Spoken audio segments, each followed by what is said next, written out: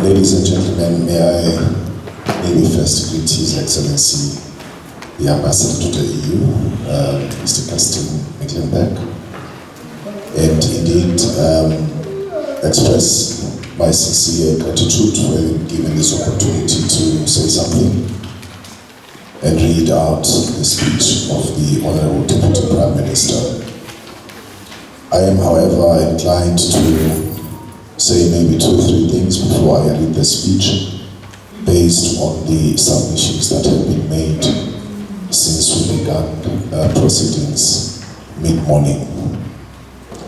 Number 1 is that maybe a comment relating to what Dr. Mbuli said, the payment of interpreters as key to their work.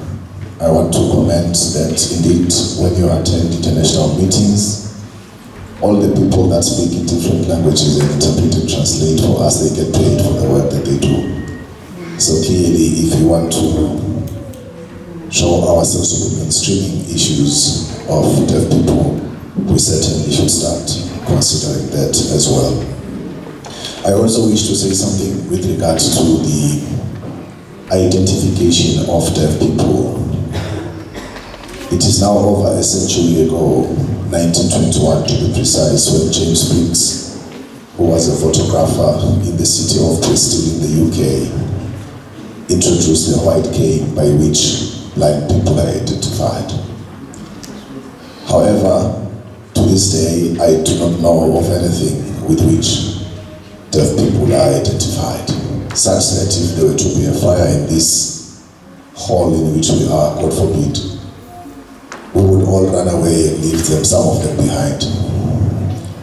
I can actually share a story, a personal story with someone. I saw someone that I know here, a young man that I go to church with, who was attacked by some thugs, and he was assaulted severely and almost lost his life, simply because they didn't know he was deaf and could not even give them what they were looking for didn't even hear what they were asking.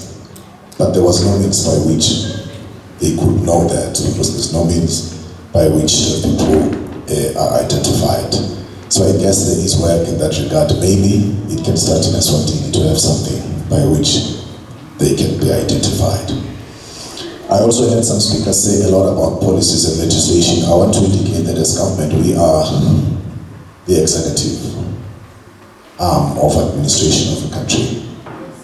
We pilot bills, legislation, but obviously we have our voices, our MPs, that we need to be speaking to, so they can ensure that there is legislation which, as the office of the Deputy Prime Minister, we can advance and take to Parliament, as it were. I wish also to extend sincere gratitude to the Bible Society that did not just open our doors, the doors to this noble activity, but also they walk the talk with regards to the employment of the deaf in this institution. And in the same vein, I also wish to extend sincere gratitude to all actors in the space, the educators, funders, sponsors, anybody that does anything that advances the cause of deaf people. Continue doing that good work.